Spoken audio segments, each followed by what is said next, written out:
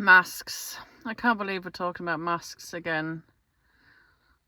Like, we're back here after 5 years, and it seems those in power, those who lead us, generally into hell right now, don't seem to have read any research over the last 5 years. Whether it's the likes of British evidence-based medicine, wonderful Carl Hennigan, or statistician mastermind of Mr. Jenkins, all the proper trustworthy research shows masks have no benefit whatsoever in curtailing a flu-like virus. None. Nada. But on the flip side, there is a humongous list of harms that these things cause. You know, they are basically a face nappy. They're not solving the issue. They're just basically filling with you know what. So these face masks don't trap viruses. It's like trying to trap a fly with, I don't know, tennis netting. It just flies straight through it.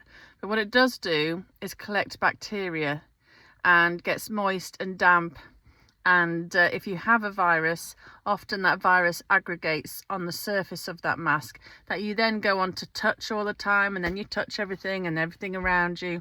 So cross-contamination is high.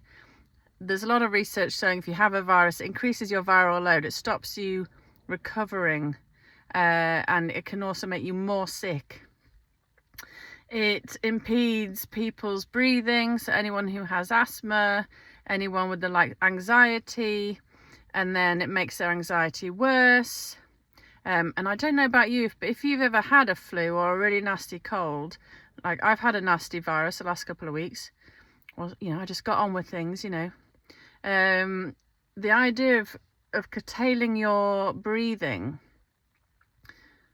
just sounds utterly horrific. Like, you feel bad as it is without making yourself probably like increase your CO2 levels and get more headaches and just impede your breathing, and just shocking.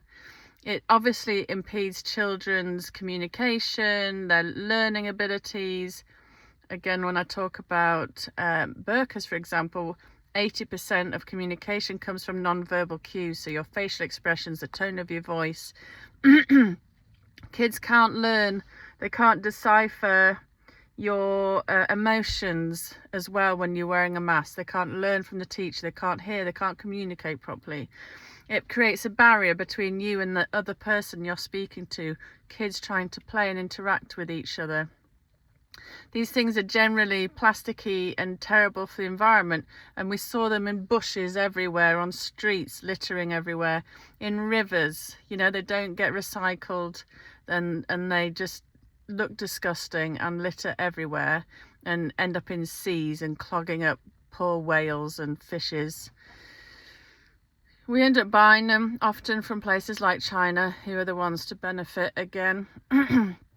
People put them in their pockets and they don't, you know, change them or wash them, or the whole thing is an absolute nonsense. It is anti-human, it's anti-science, it's anti-nature, and it's definitely anti-health. So the idea of introducing any of this nonsense again is just for the birds, and the only people pushing this again tend to be the same people that push every ridiculous, divisive, extreme ideological view, whether that's net zero or whether it's the gender agenda or anything. It's always from the same people.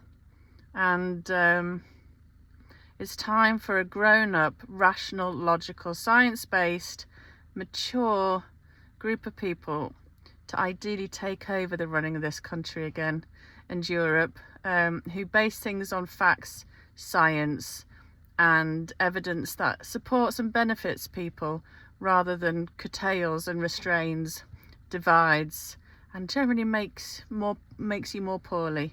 So masks are an ass. So please, can we move on from that stupid subject?